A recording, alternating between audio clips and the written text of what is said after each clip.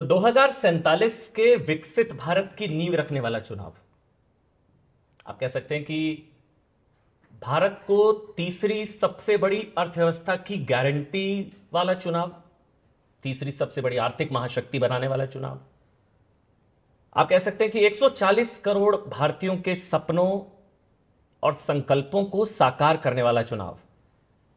और शायद जो प्रधानमंत्री ने खुद कहा कि यह चुनाव एक सांसद या सरकार चुनने के लिए नहीं है, यह आने वाले भारत के 1000 साल की नींव रखने वाला चुनाव है। तो इस सबसे बड़े चुनाव पर देश का सबसे बड़ा नेटवर्क 80, मैं आपके साथ अमन चोपड़ा, और इस देश के सबसे बड़े चुनाव पर बात करने के लिए इस खास शो में हम अभिनंदन और स्वागत करना चाहेंगे देश के प्रधानमंत्री नरेंद्र मोदी जी का। और इस नमस्कार भैया, आपके दर्शकों को मिलने का अवसर मिला मुझे आज। बहुत बहुत धन्यवाद सर। मेरे साथ मेरे सहयोगी अमिताभ सिन्हा, अमन शर्मा और पायल मेहता मेरे साथ रहेंगी। बहुत बहुत धन्यवाद सर, आपने समय निकाला। सवाल बहुत है, लेकिन पहला सवाल दरअसल ये है कि 2014 में 300 की बात की गई थी, 300 पार या 300 की, 300 आई। 19 में 350 की बात की गई, 350। अब 400 पार की बात की गई है, दावा है 400। तो सर रफ्तार यही रहेगी तो फिर 29 में फिर 450 पार की बात होगी। मतलब ये सवाल मैं गंभीरता से इसलिए पूछ रहा हूं क्योंकि हम लोग जब फील्ड में हैं, अब चर्चा ये है कि मोदी 400 पार हो रहा है नहीं हो रहा है। हार जीत की शायद संभवतः बात कम हो रही है। अब सवाल एक ही है कि 400 पार हो रहे हैं मोदी या नहीं हो रहे। आपका एनालिसिस सर। एक तो आपके सवाल को मैं गंभीर ही मानता हूं, मैं कोई लाइट नहीं मानता हूं, और इसलिए मेरा जवाब भी बड़ा गंभीर ही रहेगा। आपने जो भूमिका बनाई, इतिहास में कुछ ऐसी घटनाएं होती हैं जो 1000 साल के भविष्य को तय कर देती हैं, और दुनिया के इतिहास में ऐसा हुआ है। मेरे देश में मैं देख सकता हूं कि ये समय ऐसा है कि इस समय होने वाली सभी सकारात्मक चीजें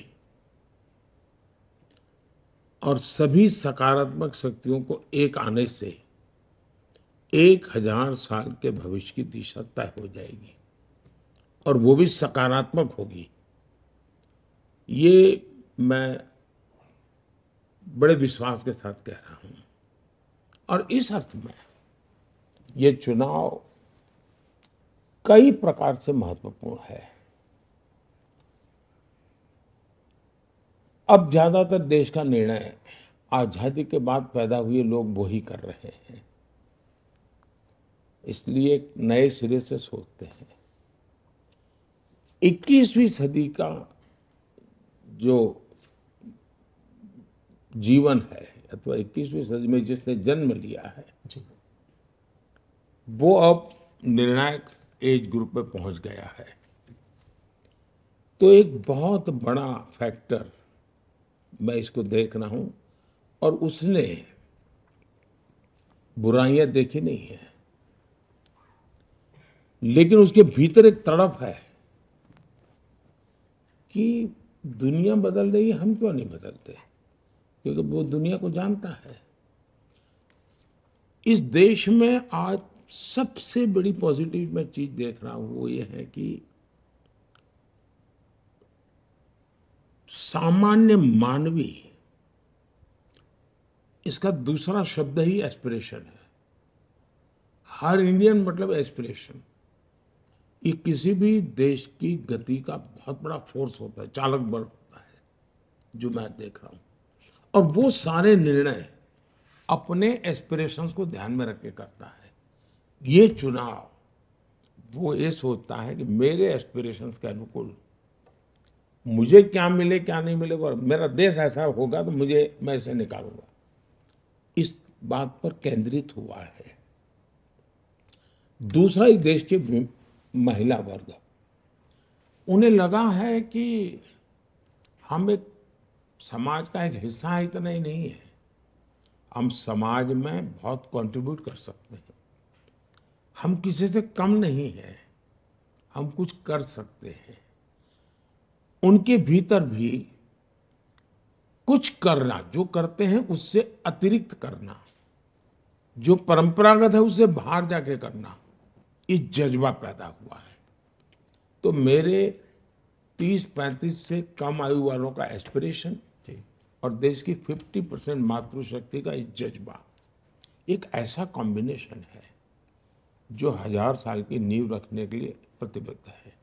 और इसलिए मैं कहता हूं, ये चुनाव देश की जनता लड़ रही है, पूरे चुनाव की ओनरशिप देश की जनता की है।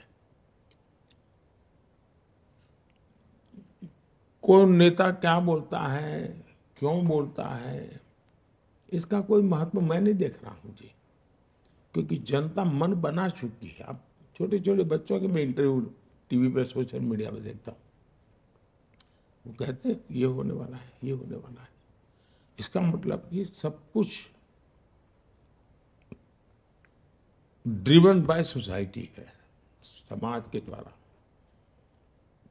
और इसलिए मुझे विश्वास है कि इस बार मजबूत सरकार, स्थिर सरकार, 400 पार वाली सरकार, निर्णायक सरकार, भविष्य की तरफ जाने वाली सरकार, ये मैं देख रहा हूं। मोदी जी, मैं जब आप बात करते हैं 400 पार का और कि बीजेपी 370 के पार जाएगी, एनडीए 400 के पार जाएगा, तो इसमें थोड़ा मैं अगर स्पेसिफिक्स में आपको लेके जाऊं, कई स्टेट्स ऐसे हैं, यूपी हो, बिहार हो, राजस्थान हो, छत्तीसगढ़ हो, मध्य प्रदेश हो, इसमें बीजेपी एक तरह से सैचुरेट पिछले इलेक्शन में कर गई, तकरीबन पूरा स्वीप हुआ। तो ये जो गेन्स हैं, जो 303 से 370 की जो जर्नी आप कह रहे हैं कि होगी, ये गेन्स आप किन स्टेट से देख रहे हैं? क्या ये दक्षिण भारत से आएगा, क्या ये बंगाल से आएगा, उड़ीसा से आएगा, आंध्रा तेलंगाना से आएगा? आपका थोड़ा अगर माइक्रो असेसमेंट हमें मिल पाए कि कैसे बढ़ेगा। देखिए, मैं गुजरात से आता हूँ, तो गुजरात में हम कई समय से लोग 2/3 मेजोरिटी से लेते थे। तो सोचने वालों का भी एक स्टैग्नेंसी जैसा हो गया था, उससे अधिक सोच ही नहीं पाते थे। अब मेरे से जब बात करते थे, क्या मोदी जी अब 2/3 मेजोरिटी, 3 दशक हो गए, मैंने कहा क्या बात करते हो जी, मुझे बहुत प्यार। और जब 156 हम जीत के आए उनके लिए अचरज था। अब ये 156 कहाँ से निकलेगी? तो कागज लेके बैठोगे तो नहीं दिखावा बैठेगा। अगर आपको लगता है कि इतना सारा सैचुरेशन होगा, क्या होगा, मैं देखूंगा कि राजस्थान में मेरे अगर 25,000 बूथ है, पिछली बार मैं अगर 5,000 बूथ में पीछे था, तो इस बार मैं 5,000 में हूँ या 3,000 में हूँ या 2,000 में, मेरा हिसाब किताब अलग है जी। तो इसलिए मेरे लिए कोई चीज अंतिम नहीं है, मैं लगातार उसमें भी नया। फिर मैं ये देखता हूँ, मान लीजिए मुझे एक बूथ में विजय मिला, तो मैं पूछता हूँ अच्छा वोटिंग क्यों ज्यादा नहीं हुआ, वोटिंग ज्यादा हुआ तो वोट क्यों ज्यादा नहीं मिला। मैं इतनी बारीकी से प्लान करता हूँ, और मैं मानता हूँ कि चुनाव है ये एक बड़ा विज्ञान है, ये सिर्फ आंकड़ों का खेल नहीं है जी। और कैंपेन है वो एक केमिस्ट्री है, आपकी केमिस्ट्री कैसी बनती है उस पर है। और इसलिए मेरे लिए अगर नंबर में आपको लगता है कि इस राज्य में तो कुछ नहीं, तो लेकिन उसके सिवाय भी मुझे वहां बहुत कुछ लाना है। तो एक बात, जहां तक राज्यों का सवाल है, इस देश में कई राज्य ऐसे हैं कि जहां अभी भी हमारे पास स्कोप है। अब जैसे अंडमान निकोबार, पिछली बार हम नहीं थे, इस बार हम आएंगे। यानी ऐसी एक एक गिनते जाओगे तो आपको अच्छा, हाँ यार मोदी ने बराबर हिसाब कर लगा के रखा है। तो मेरा पक्का मत है कि हम बहुत सी जगह पे हम